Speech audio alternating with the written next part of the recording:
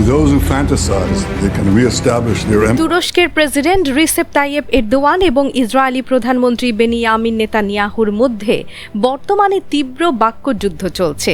Israel লেবাননে বোমা হামলা চালিয়ে এবং গাজায় গণহত্যা চালিয়ে এই অঞ্চলের শান্তি নষ্ট করছে বলে অভিযোগ করেছেন এরদোয়ান।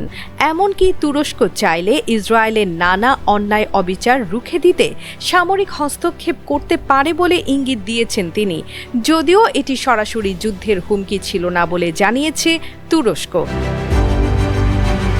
এদিকে এরদোয়ানের পক্ষ থেকে ইসরায়েলকে এমন মন্তব্য আসায় কড়া সমালোচনা করে বলেছেন ইসরায়েলি প্রধানমন্ত্রী নেতানিয়াহু, এরদোয়ান নিজে কুর্দিদের উপর নির্যাতন চালাচ্ছেন, আবার গাজার প্রতিরোধ যোদ্ধাদের সমর্থন দিচ্ছেন বলে অভিযোগ তুলেছেন তিনি।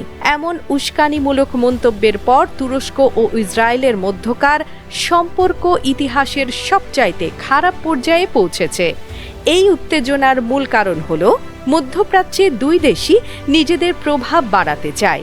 সিরিয়ায় উত্তর দিকে বিশেষ করে কুর্দি যোদ্ধাদের দমনে নিজেদের প্রভাব রাখতে চায় তুরস্ক। অন্যদিকে সিরিয়ার দক্ষিণ অংশে এবং আকাশপথে হামলা চালিয়ে ইরান ও তুরস্কের প্রভাব রুখতে চায় ইসরায়েল। এছাড়া গ্রিস ও সাইপ্রাসের মতো তুরস্কের প্রতিদ্বন্দ্বী দেশগুলোর সঙ্গে ঘনিষ্ঠ সম্পর্ক করছে ইসরায়েল, আর ইসরায়েলের এমন পদক্ষেপে ক্ষুব্ধ হয়েছে তুরস্ক। এই পরিস্থিতিতে মধ্যপ্রাচ্যে তুরস্ক ও ইসরায়েলের মধ্যে সংঘাত শুরুর আশঙ্কা একেবারে উড়িয়ে দেয়া যাচ্ছে না। সামরিক শক্তির বিচারে তুরস্কের অবস্থান বিশ্বের নবম এবং ইসরায়েলের অবস্থান 15তম।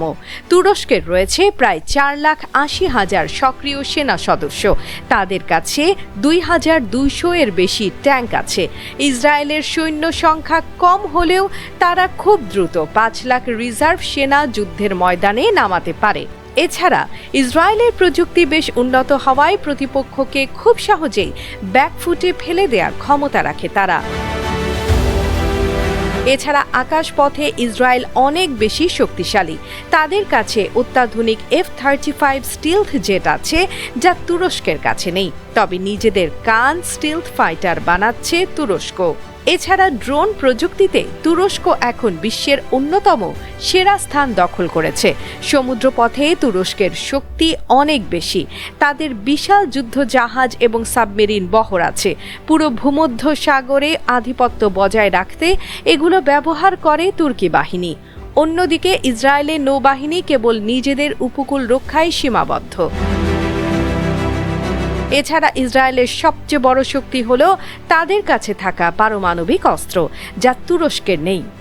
তাছাড়া মধ্যপ্রাচ্যে ইসরায়েলকে নিঃশর্ত সমর্থন জুগিয়ে আসছে সুপার পাওয়ার আমেরিকার। অন্যদিকে ন্যাটো সদস্য তুরস্কের শক্তি হল তাদের বিশাল জনশক্তি। তবে যুদ্ধ শুরু হলে দুই পক্ষই শিয়ানে লড়াই চালানোর সক্ষমতা রাখে বলে মনে করছেন সমর বিশেষজ্ঞরা।